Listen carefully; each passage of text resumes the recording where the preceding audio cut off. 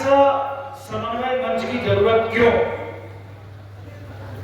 क्योंकि हम लोग विभिन्न संगठनों को बनाकर कार्य और काम करते हैं, लेकिन मेरे मन में भाव आया, हमारे संगठनों के पदाधिकारियों के मन में एक भाव आया, हमने चर्चा को रखा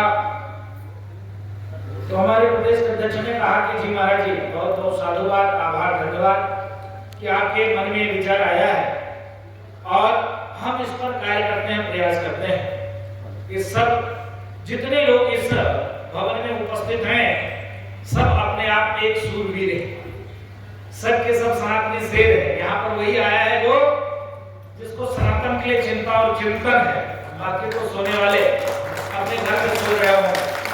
हर व्यक्ति रोजी रोजगार में मस्त है, लेकिन अगर भारत को बचाना है, सनातन संस्कृति को सुरक्षित रहना है, रखना है, हमको आपको अपने आने वाले पीढ़ियों को सुरक्षित रखना है, तो हमको आपको बाहर निकलना पड़ेगा, संघर्ष करना पड़ेगा और अपने सुरक्षा में अपने से लड़ना पड़ेगा। आप देख सकते हो हमने सभी संगठनों के पदाधिकारियों, अध्यक्षों से निवेदन किया, एक साथ हम लोग बैठते हैं और एक समय में चर्चा करते हैं। आभार व्यक्त करता हूं जितने लोग यहाँ आए हैं, उपस्थित हुए हैं, उनके लिए कोट कोट साधुवाद है, आभार है, धन्यवाद है। हिंदू सुरक्षा संघ के सभी पदाधिकारियों को कोट कोट में प्रणाम करता हूं, इसलिए प्रणाम करता हूं क्योंकि आपने सभी से चर्चा करके, निवेदन करके और सभी अपने भाइयों को एक मंच पर लाकर और संवाद करने के लिए आपने जो प्रयास किया, यह उन विधायकों के लिए, उन कुकर्मियों के लिए, उन राष्ट्रद्रोहियों के लिए, उन भारत विरोधियों के लिए मील का पत्थर साबित होगा जब हम एक सभी भाई जिन्होंने राष्ट्र के लिए अपने प्राणों की आहुति दिया, संघर्ष किया, आज तथा कथित हरामी लाल ने किस प्रकार से उन पर टिप्पणी किया। क्या महापुरुष किसी जाति के हैं?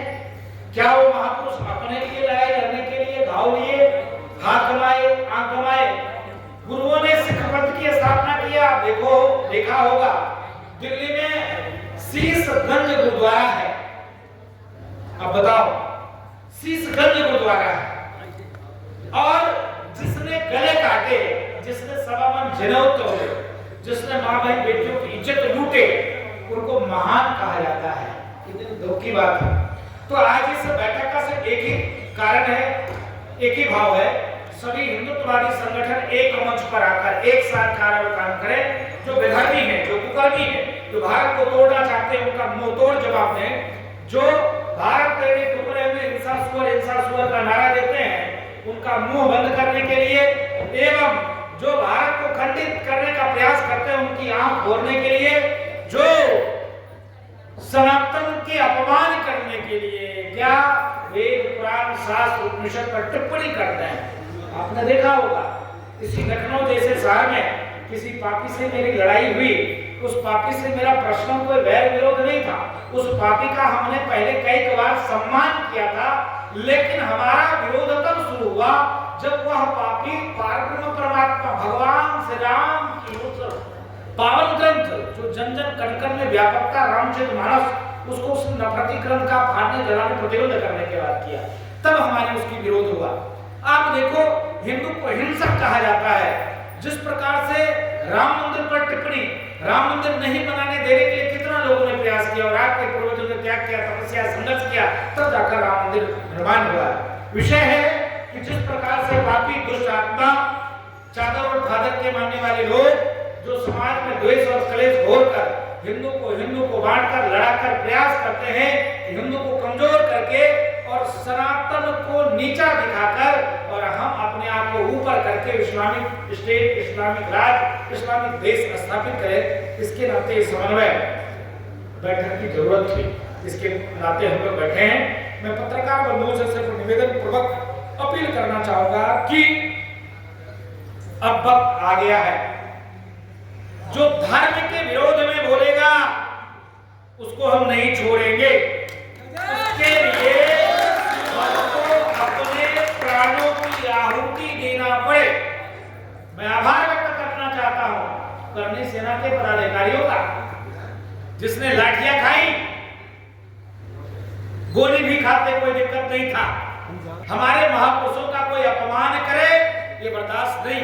आप देखो चादर और फादर पे जरा सा टिप्पणी करो, कन्हैया कुमार जैसे व्यक्ति का गला कट जाता है, लेकिन आए दिन सनातन पे टिप्पणी करके व्यक्ति चला जाता है। अभी की घटना है, अभी मध्य प्रदेश का एक कांग्रेस पार्टी का विधायक है, उसने ऐसा टिप्पणी किया है कि मंच पर बैठे जितने संत हैं सबका अपमान किया है। बोला ये सब बाबा साढ़ है, ये सब बाबा लोग को बीजेपी ने छोड़ रखा है और ये सब कथा कह के लोगों को बेवकूफ बनाते हैं, भागवत कह के लोगों को बेवकूफ बनाते हैं, रामायण के नाम पर लोगों को बेवकूफ बनाते हैं और सब ये बीजेपी के प्रचार करते हैं। ऐसे साधुओं से सावधान।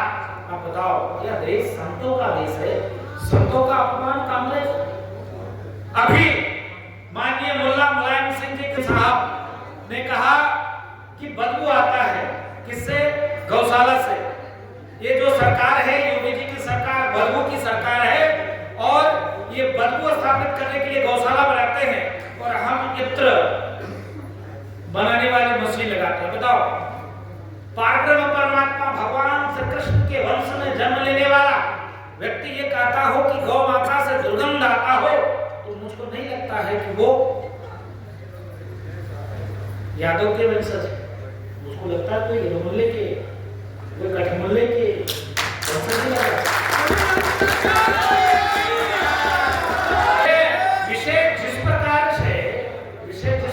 से देश में व्याप्त है, इसके नाते आज सभी हिंदुत्ववादी संगठनों को कोट साधुवाद करता हूं, आभार व्यक्त करता हूं, निवेदन करता हूं कि हम सब एक मंच पर आकर महीने में 15 दिन, अभी मैं